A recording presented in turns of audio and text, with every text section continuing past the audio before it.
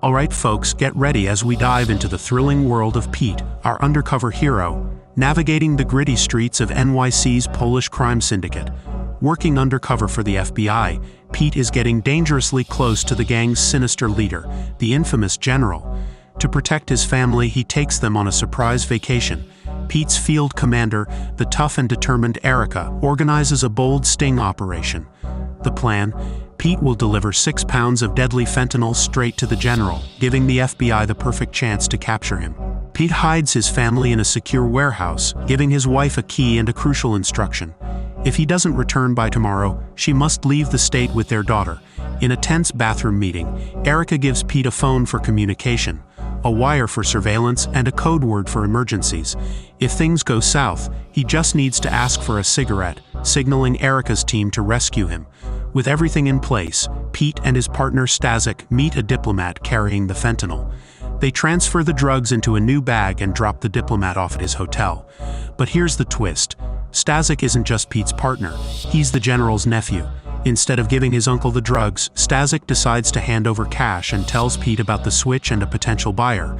Pete can't voice his concerns without risking his cover, throwing a wrench into Erica's plans. But Erica, ever resilient, decides to adapt and keep going. Next, we find our unlikely duo at a club. The nervous buyer admits he's a bit short on cash. He has enough for half the fentanyl but needs a few hours to gather the remaining $85,000. Stasek isn't pleased, but Pete, ever the quick thinker, calms things down. When Stasek steps away for a call, Pete reveals his cop identity to the buyer, offering him a chance to bail. But here's the twist. The buyer pulls a gun and a badge, leading Stasek to shoot him in panic. Shocked, Pete signals Erica for help by asking for a cigarette, but she surprisingly aborts the mission and drives away, leaving Pete to fend for himself. With no other choice, Pete helps Stasek dispose of the evidence. They head to a sausage factory where Pete meets the intimidating General. The General, calm and menacing, explains the dire situation. A New York cop has been killed, and someone needs to take the fall to keep the NYPD off their backs. Although Stasek fired the shot, the General twists the story, making Stasek out to be Pete's savior. According to the underworld's rules, Pete now owes a huge debt. The General wants Pete to run their drug operations from inside a prison cell for the next 5 years. To make matters worse, the General subtly threatens Pete's family, leaving him cornered. Back home, Pete contacts Erica, but she's more focused on preserving their long-term plan than rescuing him. Pete's wife, Sophia, despite being initially upset, stays by his side, helping him clean up the night's grim mess. Enter Detective Grins. He's found the cop's body, and this wasn't just any cop but a close friend. Fueled by a thirst for justice, he links his friend's death to the Polish gang and connects the dots straight to Pete, Erica, and her boss, Pete Montgomery. Montgomery and Pete have a tense meeting to break the bad news. Pete's cover is blown. Despite their best efforts to hide the truth, they're now in deep trouble. Pete is ready to abandon the mission, but shockingly, they want him to stick with the General's plan and willingly go to prison. Pete finds himself in a tough spot. His choices: spend time in state prison gathering evidence on the fentanyl network with a promise of freedom at the end, or face the music as an undercover agent blamed for a cop's murder. Not much of a choice, is it? Meanwhile, Pete hides his recorded conversation with Erica for safekeeping. Stasek visits and gives Pete some fentanyl to sneak into prison. Pete's wife, Sophia, learns about his new assignment, and he spends the rest of the day bonding with his daughter and gathering intel on the prison layout. The plot thickens when the Polish gang, led by the General himself, visits Pete's house. The General, revealing he has no children of his own, leaves Pete with a chilling warning to keep his promise and take the blame. Outside, Detective Grins watches closely and spots the General leaving.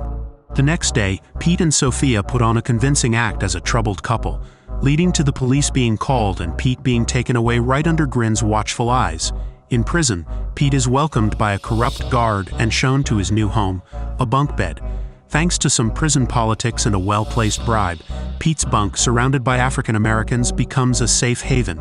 During a late-night raid, the warden, under Erica's orders, pulls Pete into a cleaning program.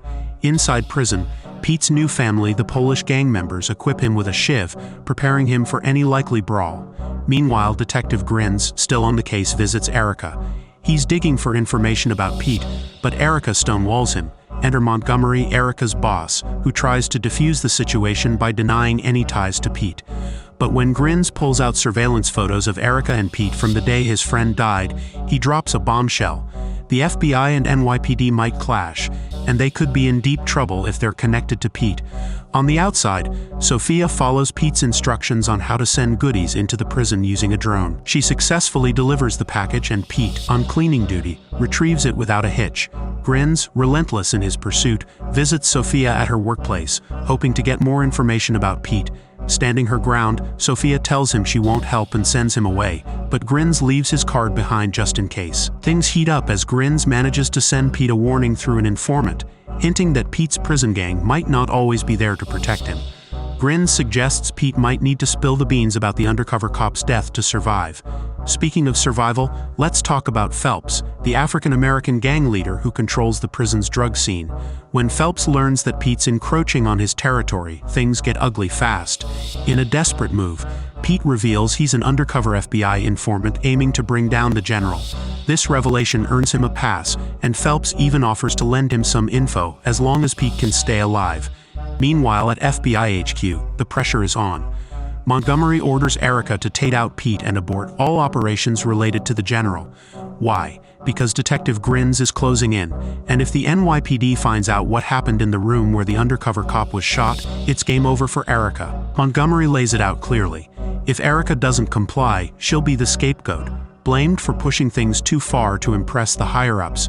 Back in prison, Pete is on high alert when one of Phelps' guys approaches him during a late-night bathroom break. Instead of trouble, he gets a list of names of those running the drug distribution network inside the prison. Pete, having pieced together the general's entire network, calls Erica with a desperate plea for extraction. But Erica, trying to save herself by following Montgomery's orders, gives him the cold shoulder. Pete's next call is to Sophia, instructing her to hand over the tapes of his meetings with Erica to Grins and then leave the state. But here's the twist. Erica turns to the general's lawyer, who reveals Pete's undercover status. Erica confronts Sophia and seizes the tapes, thanks to the FBI's phone tapping. Listening to the tapes, Erica is overcome with guilt as she hears her own promises to protect Sophia and Pete's daughter. Will this change Erica's course of action? Back in prison, things heat up. One of Phelps' men signals that Pete's cover is blown, a fight is imminent, and Pete's shiv is missing. While searching for it, Pete is ambushed by a Polish gang member. But Pete doesn't go down easy. He overpowers his attacker and strangles him.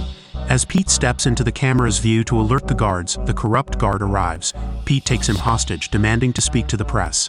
Securing his position in a remote tower, Pete knocks out a guard and commandeers the radio. Using his training as a U.S. Army sniper, Pete carefully maps out the lookout angles from the windows. But the drama doesn't end there. More is unfolding elsewhere. Stasek corners Pete's family just as they finish talking with Detective Grins. Grins shows up at Pete's house right after, managing to take down one of Stasek's goons. But his heroics earn him a bullet in the leg, and he loses his gun. Just as Stasek is about to deliver a fatal blow, Sophia frees herself and shoots Stasek in the back, although she gets shot in the process. Back at the prison, snipers take their positions and Montgomery arrives, ready to order a shot on Pete at the first chance. The warden is prepared to meet Pete's demands. In a heart-wrenching call, Pete tells Sophia he will get out of this mess, but the call is cut short by Montgomery. In a bold move, Pete shows himself to the snipers, holding the guard hostage, and then switches clothes with him. The tables turn as Pete shows himself to the snipers, and Montgomery tells them to take the shot. A stray bullet hits a CO2 tank, causing an explosion that sends the prison into chaos. As the prison is engulfed in flames, Erica arrives. Montgomery informs her that the job is done. But there's a twist. Firefighters wheel Pete out of the burning prison disguised in the guard's uniform. Erica identifies him and hops in the ambulance, staging a hostage situation to aid his escape. She slips him a note and a phone before he makes a run for it. Fast forward and we find Erica on a ferry with Montgomery, admitting she knows Pete's location. Montgomery orders her to kill Pete, but surprise, it's a setup. Erica has been recording their conversation, exposing Montgomery's corruption to the NYPD. The corrupt FBI boss is cuffed and led away. Justice is served. Now Pete has one thing on his mind, reuniting with his family. As he approaches, Erica signals him off, indicating the area is crawling with undercover agents. Detective Grins hands Pete fake documents, courtesy of Erica, and advises him to lay low. Sophia and Pete share a final glance before Pete disappears once again into the shadows. Thanks for watching. Make sure to like and subscribe, and we'll see you on the next one.